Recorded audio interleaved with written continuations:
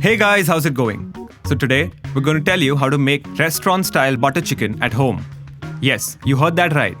Just follow these extremely easy steps and you'll never have to pay a bomb for your favorite dish. So without any further delay, let's get on with the recipe, shall we?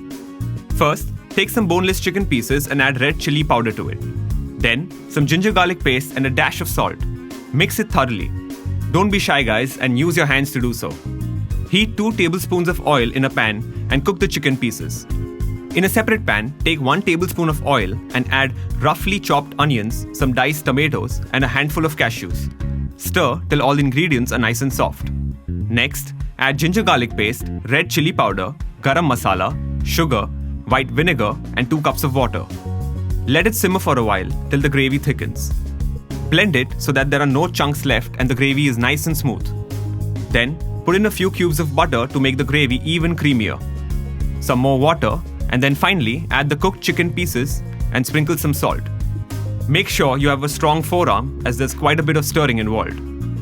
Next up, dried fenugreek, some fresh cream, and voila, your butter chicken is ready.